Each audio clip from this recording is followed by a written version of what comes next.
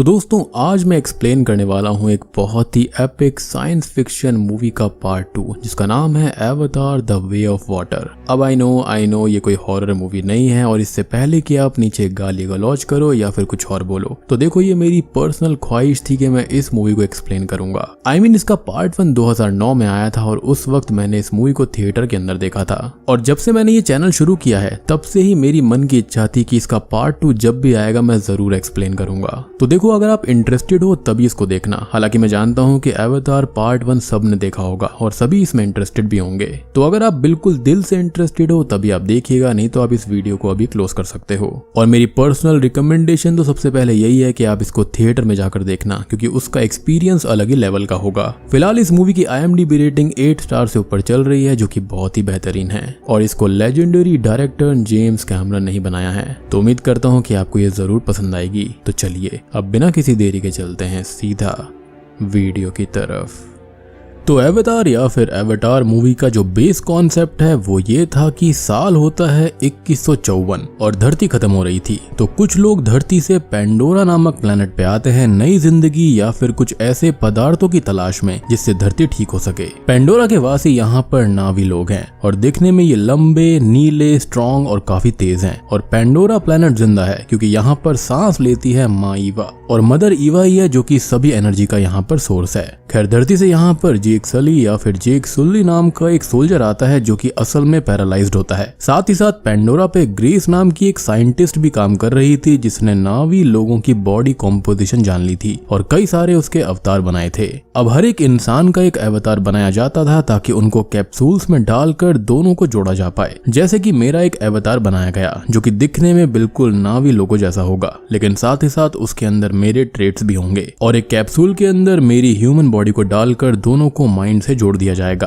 तो मेरी कॉन्शियसनेस अब अवतार में आ जाएगी जिससे मैं नावी लोगों के तौर तरीके सीख पाऊंगा। और सेम यहाँ पर जेक सुली के साथ में भी होता है। इंसानी शरीर से वो पैरालाइज्ड होता है लेकिन अवतार के रूप में आते ही वो भाग दौड़ सकता था। और ऐसे ही यहाँ पर ढेर सारे इंसानों के नावी अवतार बनाए गए थे यानी कि साइंटिस्ट ग्रेस का भी। खैर अब धरती से आए हुए लोगों को यहाँ के नावी लोग स्काई पीपल यानी कि आसमानी जीव बोला करते थे। फिर पिछले पार्ट के अंत की बात की जाए तो एंड में कर्नल माइल्स और जेक सुली के बीच में लड़ाई होती है यानी कि स्काई पीपल और नावी लोगों के बीच में जंग हो जाती है जिसके अंदर जीत होती है नावी लोगों की क्योंकि यहाँ पर माईवा उनका साथ देती हैं। अब जेक बनता है न्यू लीडर जिसने अपना ह्यूमन शरीर हमेशा के लिए छोड़ दिया था और अपनी नावी लवर नेटीरी से शादी की और एक नावी बनने का फैसला किया। साइंटिस्ट ग्रेस इस जंग में घायल हो गई थी और उसको उसके अवतार स्टेट में बचा तो लिया गया था लेकिन वो हाइबरनेशन स्टेट में चली गई थी या फिर ये कहें कि एक कोमा की स्टेट में। और कर्नल माइल्स को नेटीरी ने तीर से छल्ली कर मार दिया था। और अब कहानी यहाँ से जाती है सीधा 10 साल के बाद यानी कि 2164 में और इसी के साथ में एवतार वेज ऑफ वाटर की शुरुआत होती है। जेक सुली अब उमाती काया यानी कि फॉरेस्ट क्लैन का चीफ बन चुका है। उसकी फैमिली भी बढ़ चुकी है। उसके 2 बेटे भी हैं जिसके अंदर बड़ा बेटा निटायम और लोक छोटा बेटा। सबसे छोटी बेटी टूक और साथ ही साथ साइंटिस्ट ग्रेस की भी बेटी है जिसको कीरी बोला जाता है और उसने उसको एडॉप्ट किया हुआ है। अब ग्रेस यहाँ पर प्रेग्नेंट कैसे हुई हाइबरनेशन के चलते भी इसके बारे में किसी को भी नहीं पता और ये एक बहुत ही बड़ी मिस्ट्री है। कीरी को यहाँ पर जेक और नेटीरी ही संभालते हैं। अब इनके साथ एक ह्यूमन बॉय भी रहता है स्पाइडर नाम का जो कि कोई और नहीं बल्कि कर्नल माइल्स का ही बेटा है। ये पेंडोरा के ऊपर ही पैदा हुआ था लेकिन जब जंग जीतने के बाद में स्काई पीपल को पेंडोरा वासी धरती पर भेज रहे थे तो ये वापस नहीं जा पाया था और यहाँ पर ये नावी लोगों के साथ ही खेलते हुए बड़ा हुआ था यानी कि जेक के परिवार के साथ और बाकी पेंडोरा वासियों के साथ भी। उसको यही लगता है कि वो इंसान नहीं बल्कि नावी पीपल है और उसको यहाँ पर नावी भाषा भी बहुत अच्छे से आती है।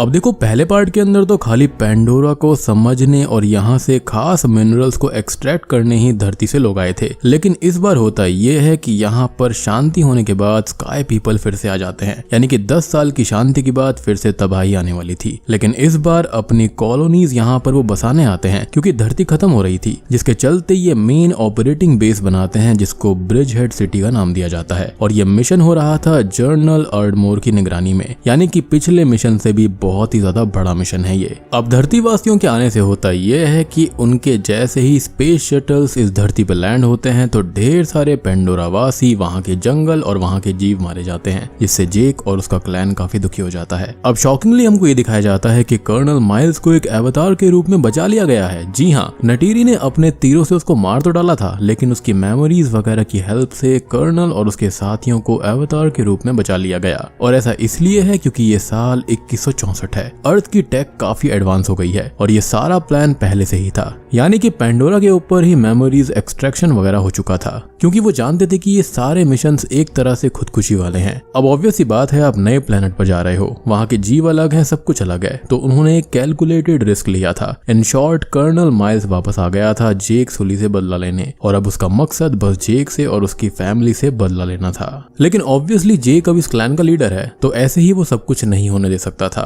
ठीक 1 साल के बाद हम देखते हैं, यानी कि साल 2165 में, कि जेक अपने क्लैन और अपने दोनों बेटों के साथ में इनकी सप्लाई चेन को रोक रहा था।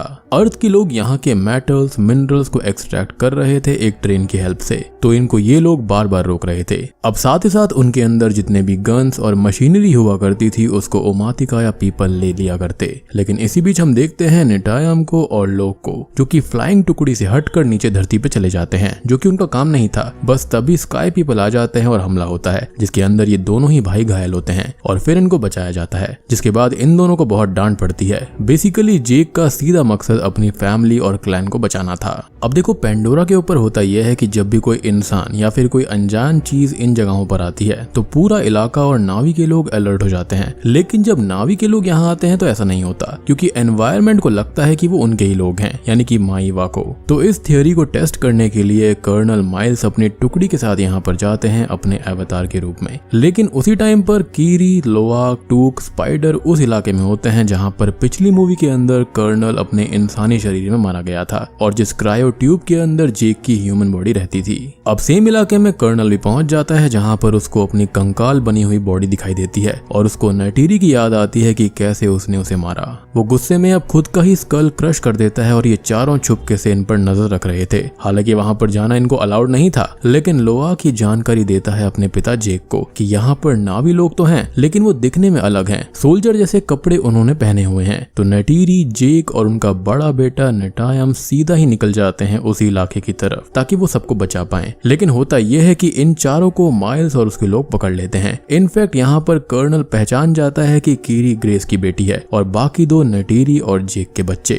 इनफैक्ट वो अपने बेटे स्पाइडर को भी पहचान जाता है, लेकिन इन्होंने चारों को बंदी बना लिया था और वो वहीं पर वेट करते हैं कि जेक वहां कब आएगा। अब यहाँ इनके बीच फाइट होती है, जिस दौरान सब बच जाते हैं, लेकिन स्पाइडर पकड़ा जाता है और कर्नल उसको ले जाता है। अब जनरल, कर्नल और उसके सारे के सारे जो लोग होते हैं वो स्पाइडर के बिहेवियर को ऑब्जर्व करते हैं और वो समझ जाते हैं कि वो खुद को नावी समझता है, ना कि इंसान। स्पाइडर के ब्रेन को स्कैन करके उसमें से जेक और उसके लोगों की लोकेशन की मेमोरी भी ये लोग निकालने की कोशिश करते हैं, वो भी एक डिवाइस के जरिए। लेकिन स्पाइडर यहाँ पर काफी टफ होता है अपने पिता की तरह और कर्नल आकर इसको रोक देता है। अल्टीमेटली वो एक फादर तो है ही। अब वो उससे पीस बनाता है और स्पाइडर उसको नावी तरीके सिखाता है, क्योंकि कर्नल की स्ट्रेटेजी ये थी कि वो स्पाइडर से दोस्ती करके जेक की लोकेशन उनको बता देगा, लेकिन ऐसा नहीं होता। वो बस उनको नावी लोगों के तरीके बताता है, जिससे शायद वो लोग सुधर जाएं और समझ जाएं। लेकिन हम जानते हैं कि कर्नल यहाँ पर ऐसा नहीं था। इनफैक्ट यहाँ पर एक और चीज होती है कि कर्नल इकरान यानी कि फ्लाइंग ड्रैगन जैसे क्रीचर्स को भी पकड़ लेता है और उनसे बॉन्ड बना लेता है ताकि वो जेक से किसी भी चीज में कम ना रह जाए। बेसिकली अब कर्नल का मिशन पर्सनल था, जेक और उसके परिवार को खत्म करना। मतलब फिलहाल ये मूवी पेंडोरा के ऊपर नहीं थी, खाली जेक और कर्नल की पर्सनल फाइट और यहाँ पर फैमिली के रिश्तों के ऊपर थी।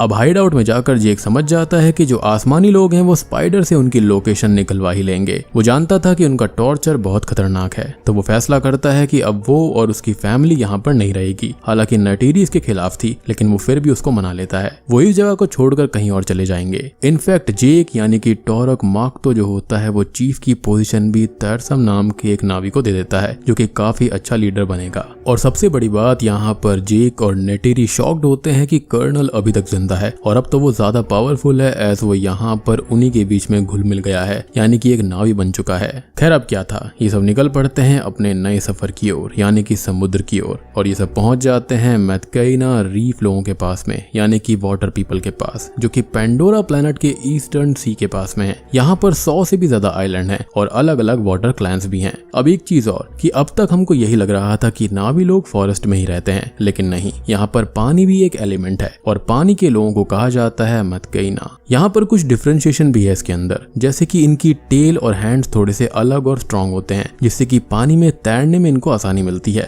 खैर अब जेक इनके क्लैन के लीडर यानी कि चीफ टोनोवारी और उसकी वाइफ रोनल से उटूरू मांगते हैं, यानी कि पनाह मांगते हैं अपनी फैमिली के लिए। लेकिन होता यह है कि जो रोनल होती है वो यहाँ पर इनको ये कहती है कि वो अपनी जंग उनके पास लेकर नहीं आ सकता, और साथ ही साथ वो इन सबको कमजोर बताती है कि वो क्लैन के अंदर फिट नहीं हो पाएंगे, और कहती है कि ये सब तो हाफ ब्रीड्स हैं, डीमंस हैं, यानी कि अर्थ के लोगों से कनेक्टेड है, उनका खून इनके अंदर है। जिस पर टोनोवारी फाइनली डिसाइड करता है कि वो लोग यहाँ पर रहेंगे, क्योंकि टोरक मार्कतो यानी कि जेक का जिक्र पानी के लोगों के बीच तक था। अब आप सोचेंगे कि जेक यहाँ पर आया क्यों है, तो जेक जानता था कि कर्नल का टारगेट सिर्फ वो और उसकी फैमिली है और उसकी वजह से पेंडोरा सफर नहीं करना चाहिए, लेकिन वो ये भूल गया था कि वो कहीं भी चला जाए दिक्कत तो आएगी ही। खैर अब जेक और नटीरी को टोनोवारी और रोनल यहाँ के तरीके सिखाते हैं। दूसरी तरफ लोआक चीफ की सुंदर बेटी सिराया से दोस्ती कर लेता है और सिराया और उसका भाई ओनुंग इन सभी को वेज ऑफ वाटर यानी कि यहाँ के क्रीचर्स, यहाँ का रहना, पानी में तैरना, सांस पे कंट्रोल करना सिखाते हैं। लोआक और सिराया के बीच में हम एक बॉन्ड भी बनता हुआ देख पाते हैं। हालांकि अभी भी इनका क्लैन इनको फुली एक्सेप्ट नहीं करते, लेकिन चीफ के कहने पर उनको यहाँ पर पनाह मिल जाती है और ये चीजें सीख भी लेते हैं। और हम जानते हैं कि जेक सुली बहुत ही जल्दी अडेप्ट कर लेता है। लेकिन यहाँ एक स्पेशल चीज थी कि किरी बहुत ही आसानी से सी के साथ बॉन्ड बना लेती है। वो स्पेशल है क्योंकि ग्रेस की ह्यूमन बॉडी आखिरी मूवी में माईवा से जुड़ गई थी, इसलिए उसके अंदर माईवा और अपनी माँ की काबिलियत थी। वो माईवा को फील कर सकती थी, सुन सकती थी। लेकिन हमेशा ही किरी के मन में एक सवाल उठता रहता था कि उसका पिता कौन है, और इसके बारे में उसको कोई जवाब नहीं दे सकता था, क्योंकि किसी को पता ही नहीं था कि ऐसा हुआ कैसे है। और शायद से हम इस चीज को माईवा का ही कोई प्रेजेंट समझ सकते हैं। अब जेक का छोटा बेटा लोआक सिराया के भाई ओनुंग और उसके दोस्तों से लड़ने लगता है, और ऐसा इसलिए क्योंकि वो सब किरी का मजाक उड़ा रहे थे,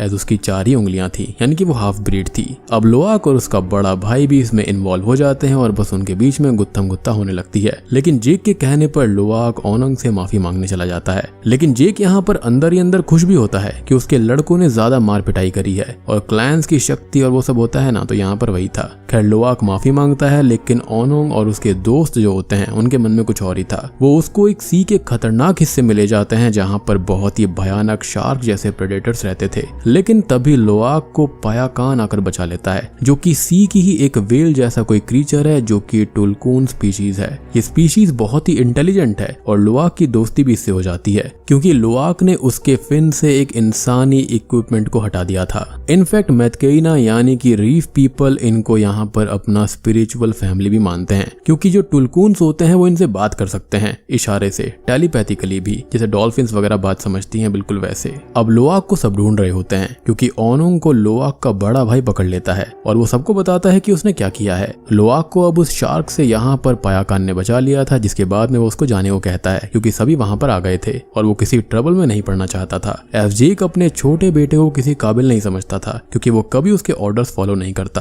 खैर अब वो अपनी फ्रेंडशिप को साबित करने के लिए सारा इल्जाम खुद के ऊपर ले लेता है कि ओनुंग ने तो उसको वार्न किया था, लेकिन वो अपनी मर्जी से ही सी के उस हिस्से में चला गया। अब ओनुंग के मन में उसके लिए रिस्पेक्ट बहुत बढ़ जाती है, जिसके बाद में लोआक सभी को पायाकान के बारे में बताता है। तो सिराया लोआक को बताती है कि ये टुलकून्स हैं और कोई अकेला टुलकून हो ही नहीं सकता, क्योंकि ये हमेशा ग्रुप में रहते हैं और फिलहाल टुलकून्स दूर गए हुए हैं, वापस नहीं लौटे। तभी वो सिराया को ये बोलता है कि उस टुलकून का एक फिन नहीं है, और तब एक कहानी आती है कि उस टुलकून का नाम असल में पायाकान है, जिसको उसके ग्रुप से बर्खास्त कर दिया गया था, क्योंकि उसने यहाँ के लोगों को और अपने टुलकून साथियों को मारा था। लेकिन लोआक नहीं मानता है, उसने तो उसकी जान बचाई थी, तो वो हत्यारा कैसे हो सकता है। खैर अब एक ट्रिप के दौरान किरी और बाकी लोग जाते हैं मैथकेइना के सेक्रेड लैंड और ट्री ऑफ सोल्स के पास, जहाँ पर किरी अपनी माँ की स्पिरिट से मिलती है। उनसे पूछती है कि उसका पिता कौन है, लेकिन कुछ भी बताने से पहले ही उनकी स्पिरिट को कोई खींच लेता है और किरी को बहुत ही भयानक सीजर आने लगते हैं, और आज से पहले ऐसा कभी भी नहीं हुआ था। यानी कि यहाँ पर कुछ ना कुछ राज किरी और ग्रेस को लेकर छुपे हुए हैं, जो कि अवतार 3-4 में पता चलेगा। जी हाँ,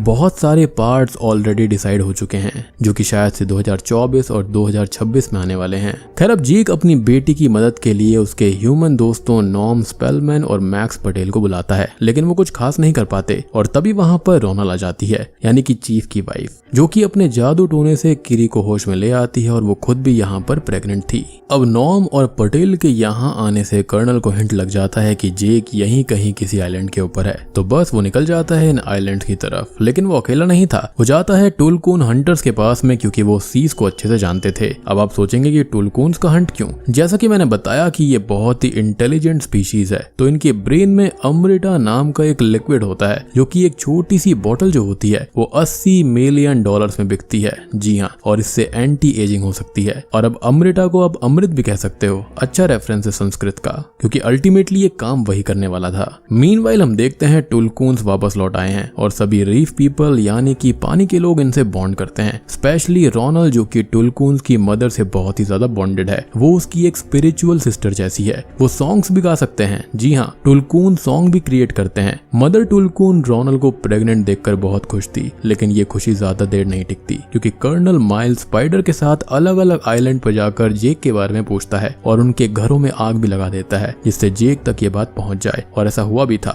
सबसे वर्स्ट ये होता है कि टुलकून्स की मदर को हंटर्स कर्नल के साथ ही हंट करते हैं, उसको मार देते हैं और अमृता निकालते हैं। लेकिन साइंटिस्ट ऐसा करना नहीं चाहता था, लेकिन हंटर्स का लीडर काफी रूथलेस था। खैर, अब ये हंटर्स जो होते हैं वो अपने ट्रैकिंग डिवाइसेस को टुलकून की मदर के साथ ही छोड़ देते हैं, ताकि जेक को ये पता लग जाए कि ये उसका काम है। अब रोनल यहाँ बहुत ही गुस्से में थी और उसका ये कहना था कि जेक और उसकी फैमिली की वजह से ये हुआ है। अब मैथकेइनास जो होते हैं वो जंग के लिए तैयार थे, लेकिन जेक ये कहता है कि वो टुलकून्स को मार डालेंगे, तो टुलकून्स को यहाँ से जाने के लिए बोलना होगा, क्योंकि जंग से ज्यादा जरूरी उनको बचाना है। अब इसके बाद में हमको पायाकान की सच्चाई भी पता चलती है। वो लोआक को रिवील करता है कि इन वेल हंटर्स ने उसकी माँ को मारा था, तो उसने अपने कुछ साथी टुलकून्स को ले जाकर उन हंटर्स को मारने की कोशिश करी थी, जो कि ऑब्वियसली उनके क्लैन की चीजों के खिलाफ था, यानी कि उनके रूल्स के खिलाफ था, और उसी में उसका फिन भी खत्म हो गया था। लेकिन ये टुलकून्स का तरीका नहीं है, इसलिए ही उसको बर्खास्त कर दिया गया। इनफैक्ट लोआक यहाँ पर पायाकान को वहां से जाने के लिए भी कह देता है। अब यहाँ पर मैथकेइना का लीडर लोआक को बताता है कि पायाकान के पास ना जाओ, क्योंकि टुलकून्स पहले बहुत ही ज्यादा लड़ाई किया करते थे। जी हाँ, ये हमेशा से शांत क्रीचर्स नहीं थे, ये टेरिटोरीज के लिए बहुत लड़ाई करते थे, लेकिन इवेंचुअली इन्होंने डिसाइड किया कि वो शांत रहेंगे। लेकिन पायाकान ने ये नहीं माना और उसको निकाल दिया गया। मैथकेइना और टुलकून्स भी मारे गए थे और पायाकान इस चीज को एक्सेप्ट भी करता है। इनफैक्ट वो खुद दुखी है, लेकिन उसका सिर्फ फिलहाल लोआक ही एक दोस्त है, और पर्सनली मुझे लगता है कि उसने कुछ गलत नहीं किया। मैं तो बिल्कुल उसके साथ हूँ। अब इसी के चलते लोआक, टूक, किरी, सिराया और ओनुंग जो होते हैं वो जाकर पायाकान को वार्न करने की कोशिश करते हैं, लेकिन हंटर्स ने उसको भी अपना निशाना बना लिया था। क्योंकि उसको ग्रुप से अलग कर दिया गया था, तो बाकी टुलकून्स उसको कुछ भी बताते नहीं थे। अब उसके ऊपर ट्रैकर्स वगैरह लग चुके थे, और ये चीज जेक के बच्चे उसको बता देते हैं कम्युनिकेटिंग डिवाइस से, जिससे सभी मैथकेइनास वहां पर जंग के लिए आने लगते हैं। अब अल्टीमेटली लोआक, सिराया और टूक पकड़े जाते हैं। कर्नल उनको होस्टेज बना के जेक को बाहर आने को कहता है, और जेक ऐसा ही करता है। लेकिन तभी हम देखते हैं कि पायाकान फिर से अपने ग्रुप के अगेंस्ट जाकर अपने दोस्त लोआक को बचाने आता है। उसको एक्सेप्टेबल ही नहीं था कि वो अपनों को मरने दे। वो पूरी तबाही मचा देता है, इनफैक्ट हंटर लीडर को बुरी तरह से खत्म करता है, जो कि बहुत ही ज्यादा सेटिस्फाइंग था। लेकिन इस लड़ाई के चलते होता यह है कि जेक के बड़े बेटे को गोली लग जाती है और वो मारा जाता है, जिससे कि नेटीरी बहुत ही ज्यादा पागल हो जाती है, बहुत गुस्से में आ जाती है। लेकिन जेक उसको स्ट्रॉन्ग रहने के लिए कहता है, क्योंकि जंग अभी खत्म नहीं हुई थी। अब मदरशिप को भी स्पाइडर अंदर से खराब करता है, और पायाकान ने भी कोई कसर नहीं छोड़ी थी, तो वो सिंक होने लगती है। लेकिन अभी भी कीरी और टूक अंदर ही होस्टेजिस थे, और अभी भी कर्नल जेक को सेम ऑफर देता है। और अब बहुत ही भयानक लड़ाइयां होती हैं, लेकिन कर्नल अब कीरी को होस्टेज बना लेता है, और नेटीरी यहाँ पर स्पाइडर को होस्टेज बनाती है, ये कहते हुए कि बेटे के बदले बेटा। और कर्नल फाइनली कीरी को छोड़ देता है, एज वो एक पिता तो था ही। लेकिन जेक यहाँ पर कर्नल से लड़ने आता है, क्योंकि अल्टीमेटली वो फिर से उसका पीछा करता ही। अब बस लड़ाई होते होते शिप भी सिंक होने लगती है, और नीचे टूक और नेटीरी भी फंस जाती है। कर्नल और जेक भी फंसे हुए थे। जेक कर्नल का गला घोट देता है और वो वहीं पर बेहोश हो जाता है, लेकिन लोआक अपने पिता को बचाने आता है। कीरी यहाँ पर सी क्रीचर्स को अपनी शक्तियों से बुलाती है, जिससे ये सब बच जाते हैं। लोआक अपने पिता को जिम्मेदार होने का सबूत भी देता है, और जेक भी ये कहता है कि आई सी यू, यानी कि उसने अपने बेटे को एक्सेप्ट कर लिया था और वो जिम्मेदार बन गया था। पायाकान भी इनकी हेल्प करता है और ये सारे लोग बच जाते हैं। साथ ही साथ हम ये देखते हैं कि स्पाइडर अपने पिता को इंसानियत के नाते बचा लेता है, लेकिन उसका साथ नहीं देता, ना ही उसके साथ जाता, क्योंकि वो खुद को एक नावी समझता था। उसका पालन पोषण वहीं हुआ था। और अब जेक स्पाइडर को गले लगाता है और ये बोलता है कि बेटे के बदले बेटा, यानी कि उसने उसको अपने बेटे की तरह एक्सेप्ट कर लिया था। अब फाइनली सी के अंदर नेटायम का फ्यूनरल होता है और सी में माइवा उसको संभाल लेती है, एज जहां से वो आया वहीं पर चला गया, यानी कि ये उधार ली हुई एनर्जीज होती हैं जो वापस माइवा ले लेती हैं। खैर अब जेक डिसाइड करता है कि वो यहाँ से भी चला जाएगा, लेकिन टोनावारी और रोनल उसको रोक लेते हैं क्योंकि वो एक मैथकेइना था और वो कहीं पर भी नहीं जाएगा। फाइनली उसने वेज ऑफ वाटर सीख लिए थे। अब अंत में वो और नेटीरी जो होते हैं वो ट्री ऑफ सोल्स में जाकर अपने बेटे की यादें फील करते हैं और फाइनली जेक समझ जाता है कि अब वो भागेगा नहीं और लड़ेगा। और बूम, इसी के साथ में ये मूवी यहीं पर खत्म हो जाती है। तो दोस्तों ये थी Avatar the way of water movie की कहानी। उम्मीद करता हूँ कि आपको ये पसंद आई होगी। अब यहाँ पर जो मुझे सबसे ज्यादा इंटरेस्टिंग चीज लगी है ना, वो ये है कि यहाँ पर जो साइंटिस्ट ग्रेस है वो प्रेग्नेंट हुई कैसे थी, और यहाँ पर जो किरी है उसका इन सब चीजों से कनेक्शन क्या है। लाइक वो इतनी आसानी से सी से कनेक्ट कैसे कर पाती है। और जब किरी यहाँ पर ट्री ऑफ सोल से कनेक्ट हुई थी तो यहाँ पर उनकी सोल्स को खींच किसने लिया, यानी कि उनको बात करने क्यों नहीं दी गई। तो यहाँ पर कुछ ना कुछ राज है जो कि आने वाली मूवीज के अंदर खुलेंगे, यानी कि पार्ट 3, पार्ट 4, पार्ट 5 में। अब देखो यहाँ पर कई लोग ये कह रहे हैं कि मूवी काफी सिंपल है। ऑब्वियस ही बात है, काफी सिंपल है, लेकिन यहाँ पर इसको जिस तरह से दर्शाया गया है वो देखने लायक है। तो मेरा तो यही रिकमेंडेशन है कि आप इसको थिएटर में जाकर जरूर देखिएगा। देखने की जो फील होती है ना वो अलग होती है इस तरह की मूवीज की। एंड मूवी का क्रेज बहुत ही भयानक था। मतलब मैं सुबह 7 बजे वाले शो में गया था। जी हाँ, मैंने तो पहली बार देखा है कि किसी मूवी का सुबह 7 बजे का शो था और पूरा का पूरा हाउसफुल, एक सिंगल सीट भी खाली नहीं थी। मूवी के अंदर जो टेक्निकलिटीज है ना वो बहुत ही बढ़िया हैं और बहुत ही बारीक हैं। एंड पर्सनली मैं खुद वेट कर रहा था इस मूवी के लिए। I mean, इतने साल पहले जब ये मूवी आई थी उस वक्त मैं कॉलेज के फर्स्ट या सेकंड ईयर में था और उस वक्त ये मैंने फिल्म देखी थी। बाकी जो मेरे सवाल हैं उनके जवाब तो आने वाले पार्ट्स में मिल ही जाएंगे। तो दोस्तों वीडियो पसंद आई हो तो लाइक कर देना, चैनल के ऊपर नए हैं तो सब्सक्राइब कर लीजिए। तो मैं आप सबको मिलता हूँ अगली वीडियो के साथ में, तब तक के लिए